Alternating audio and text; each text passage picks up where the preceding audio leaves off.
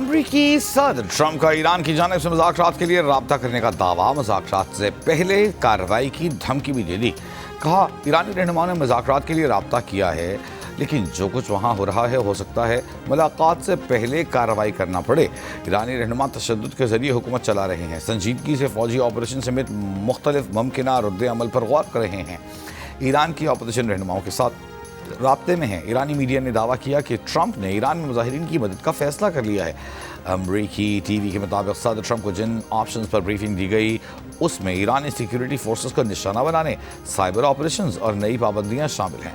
امریکی صدر ٹرمپ نے ایران میں انٹرنیٹ کی فراہمی کے لیے ایلان مسک سے بھی بات کرنے کا کہا ہے۔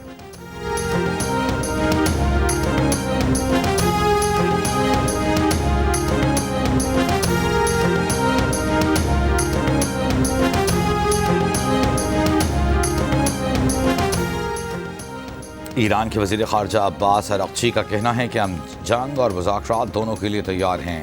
پرتشدد مظاہروں کے بعد سے صورتحال اب مکمل کنٹرول میں ہے۔ سیکیورٹی فورسز سے مشاورت کے بعد انٹرنیٹ سروس دوبارہ شروع کرنے کا فیصلہ کیا جائے گا۔ عباس اراغچی نے کہا کہ ملکی مظاہرے ٹرمپ کو مداخلت کا موقع فراہم کرنے کے لیے پرتشدد ہوئے۔ دہشت گردوں نے مظاہرین اور سیکیورٹی فورسز کو نشانہ بنایا۔ 2 ہفتوں میں مظاہروں کے دوران 350 مساجد کو آگ لگائی گئی۔ ترجمان ایرانی وزارت خارجہ کے مطابق امریکہ کے ساتھ کمیونیکیشن چینلز کھلے ہیں۔ ایران کے سپریم لیڈر آیت اللہ علی خامنائی نے کہا ہے کہ غرور میں ڈوبا ایک شخص پوری دنیا کے فیصلے کر رہا ہے۔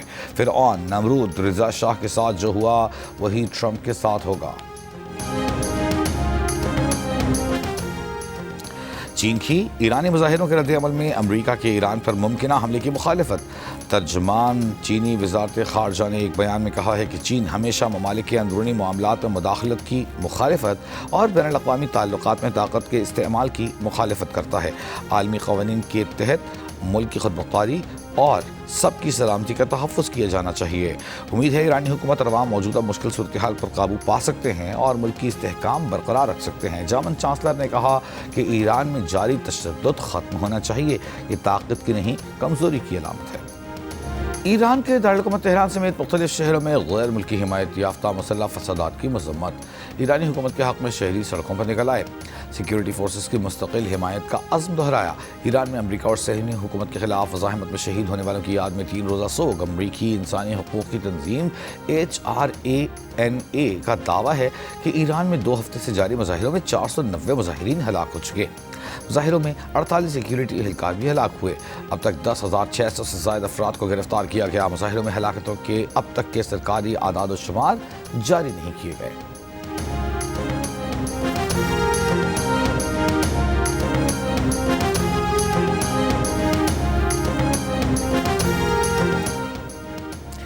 ٹانک میں گومل بازار روڈ پر بختر بند گاڑی کے قریب ریموٹ کنٹرول بم دھماکہ، 5 پولیس اہلکار شہید۔ بختر بند گاڑی تھانہ گومل سے ٹانک آ رہی تھی۔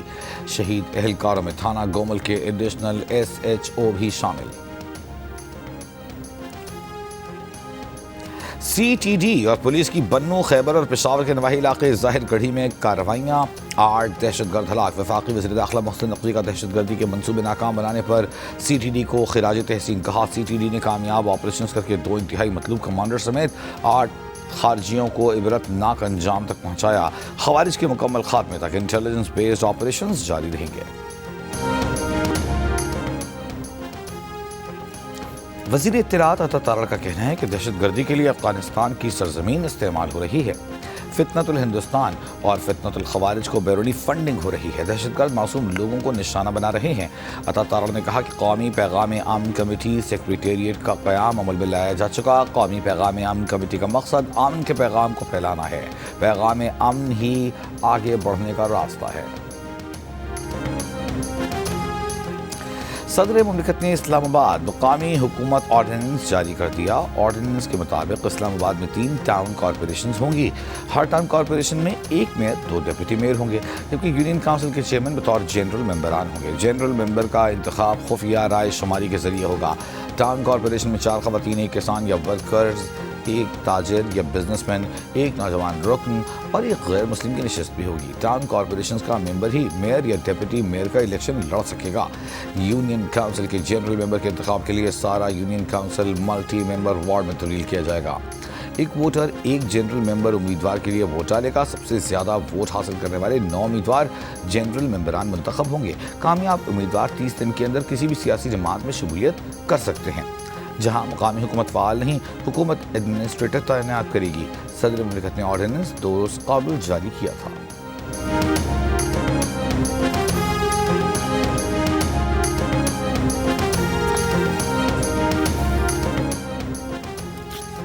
ملک کے بیشتر حصوں میں سردی کی شدت برقرار، پہاڑی علاقوں میں موسم مزید سرد ہو گیا۔ محکمہ موسمیات کے مطابق اسکردو میں کم سے کم درجہ حرارت -13، Astore -11، Gilgit -8، Kalat -6 degree centigrade record. Karachi میں بھی پارہ 6 ڈگری تک گر گیا۔ آئندہ 2 روز تک کراچی میں سردی کی شدت برقرار رہنے کا امکان۔ 18 سے 20 جنوری کے دوران کراچی سمیت سندھ کے مختلف شہروں میں بارش متوقع۔ سندھ صبح کے اوقات میں پنجاب کے میدانی علاقے آج بھی گہری دھند کی لپیٹ میں رہے۔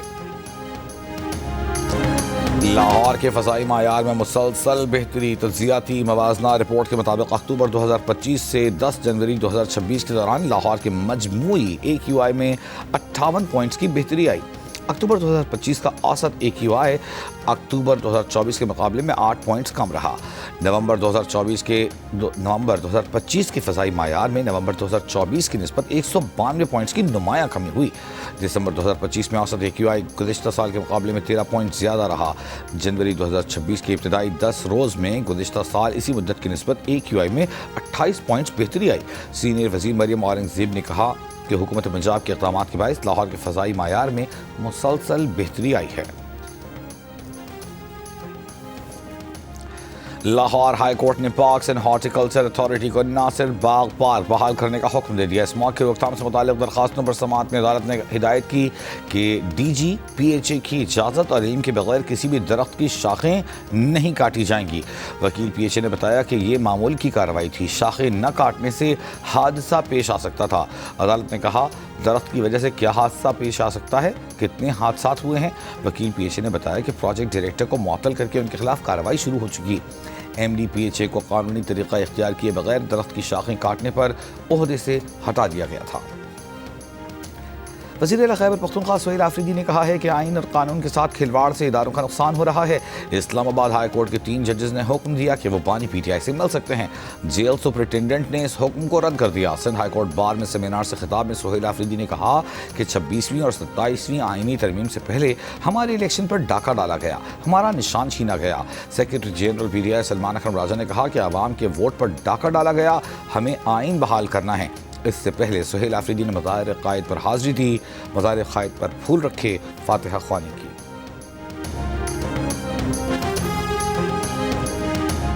جیسے ہی ان کا قافلہ شاہراہ فیصل پہ پہنچا، وہاں ریاست اور ریاستی اداروں کے خلاف نعرے بازی کی گئی۔ پریزیڈنٹ آصف علی زرداری کے خلاف نازیبا الفاظ استعمال کیے گئے۔ چیئرمین پاکستان پیپلز پارٹی پر انہوں نے تنقید کی۔ پولیس پر ان کے ورکروں نے پتھراؤ کیا۔ میں کل KPK جاؤں اور CM KPK کے دروازے پہ جا کے عمران خان کو گالیاں دوں تو کیا اس کے بعد کیا PTI مجھے ویلکم کرے گی؟ ترجمان سندھ حکومت سعدیہ جاوید کا کہنا ہے کہ وزیر اعلیٰ خیبر پختونخوا کے قافلے میں ریاست اور ریاستی اداروں کے خلاف نعرے بازی ہوئی۔ صدر زرداری اور چیئرمین پیپلز پارٹی پر تنقید کی گئی۔ یہ پیپلز پارٹی کو قبول نہیں۔ اگر وہ خیبر پختونخوا جائیں اور بانی PTI پر ذاتی تنقید کریں تو کیا PTI ویلکم کرے گی؟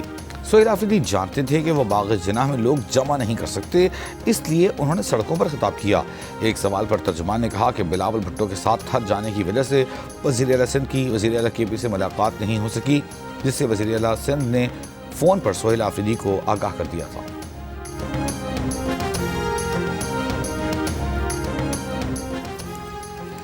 PTI نے 8 فروری کو نئے فساد کا پروگرام تیار کیا ہے۔ وزیر اعلیٰ پنجاب عصمت بخاری کا دعویٰ۔ لاہور میں پریس کانفرنس، کہا PTI دہشت گردی اور فساد سے پیچھے نہیں ہٹ سکتی، ان کی سیاست لوگوں کو اکسانے پر ہی مبنی ہے۔ ریڈیو پاکستان پشاور پر حملے کی فورینسک رپورٹ میں ان کے چہروں اور آواز کی جانچ پڑتال کی گئی ہے۔ اپنے جرم نہ ماننا PTI والوں کی پرانی عادت ہے۔ خیبر پختونخوا کے وزیر اعلیٰ کراچی کی سیر پر تھے، ہمیشہ کی طرح انہوں نے میڈیا سے بدتمیزی کی۔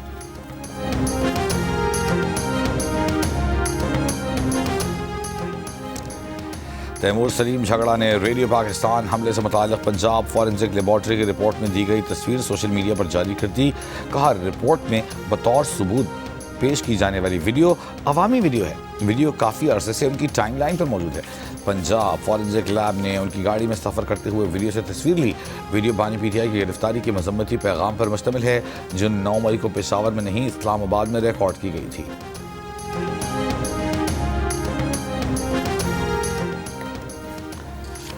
راولپنڈی کی انسداد دہشت گردی عدالت نے 26 نومبر احتجاج کیس میں علیمہ خان کی 1 دن کی حاضری سے استثناء کی درخواست منظور کر لی. عدالت نے علیمہ خان اور ان کے وکلاء کو کل پیش ہو کر گواہان پر جرح کرنے کی ہدایت کر دی. عدالت نے کہا کہ ملزمہ اور ان کے وکلاء کل پیش نہ ہوئے تو عدالت اسٹیٹ کاؤنسل مقرر کرے گی. وفاقی شرعی عدالت عمارت میں منتقل. آئینی عدالت کے چیف جسٹس امین الدین خان نے دیگر ججز کے ہمراہ نئی عمارت کا افتتاح کیا. 3 بینچز نے وفاقی شرعی عدالت کی عمارت میں مقدمات کی سماعت بھی کی.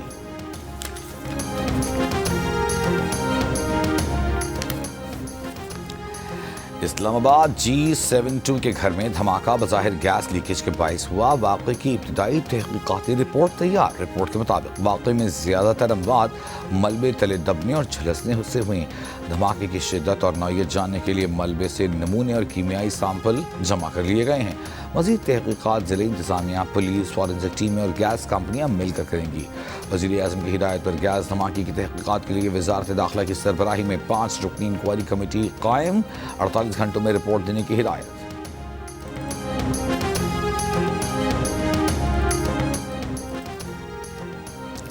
خیبر میں گھر کے اندر سلنڈر سے لیکیج کے باعث کمرے میں گیس بھر گئی. دم گھٹنے سے ایک شخص جاں بحق، 5 افراد بے ہوش. تشویشناک حالت کے پیش نظر 2 بچوں کو پشاور اسپتال منتقل کر دیا گیا. لاہور میں نیشنل کالونی میں بھی گھر میں ہیٹر سے گیس لیک ہونے کے باعث دھماکے سے 6 افراد جھلس گئے، زخمی ہو گئے، اسپتال منتقل. وزیر اعلیٰ بلوچستان میر سرفراز بگٹی کا کہنا ہے کہ اصلاحات نظام محکمہ خزانہ سے شروع کیا جا رہا ہے.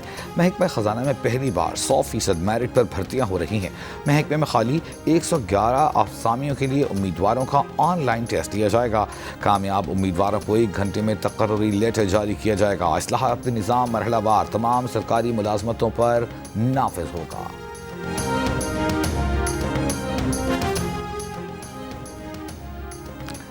لاہور ہائی کورٹ نے کائٹ فلائنگ ایکٹ پر فوری عمل درآمد روکنے کی استدعا مسترد کر دی. عدالتی حکم پر درخواست گزار نے کائٹ فلائنگ ایسوسی ایشن کو فریق بنا دیا. آئندہ سماعت پر سرکاری وکیل کو دلائل کی ہدایت. مزید سماعت 16 جنوری تک ملتوی.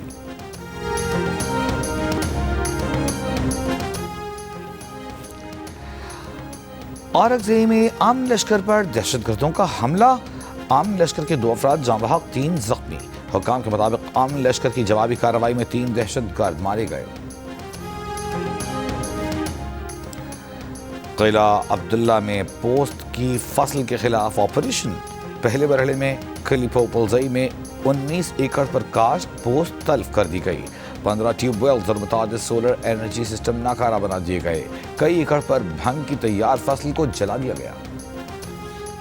آوارہ کتوں کو فائرنگ اور زہر دے کر مارنے کے خلاف درخواست پر لاہور ہائی کورٹ نے پنجاب حکومت، secretary live stock, secretary local government اور دیگر کو نوٹسز جاری کر دیا. درخواست گزار کے مطابق آوارہ کتوں کے نام پر آپریشن سے شہریوں کی زندگیاں خطرے میں ڈال دی گئی ہیں. عدالت آوارہ کتوں کے لیے ویکسینیشن اور نیوٹرنگ پالیسی پر عمل درآمد کا حکم دے.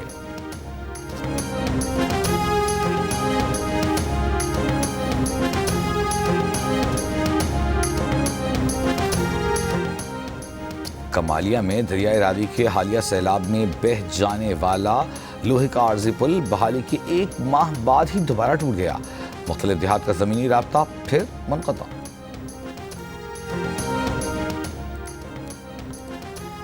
فی تولہ سونے کی قیمت میں 7,700 روپے کا اضافہ. 1 تولہ سونا 4,80,962 روپے کا ہو گیا. 10 گرام سونے کا بھاؤ 6,600 روپے اضافے سے 4,12,347 روپے پر آ گیا. گورنر سندھ کامران تیسوری سے کینیڈا کے ہائی کمشنر طارق علی خان کی گورنر ہاؤس میں ملاقات. 2 طرفہ تعلقات، باہمی تعاون، علاقائی و عالمی امور پر تبادلہ خیال.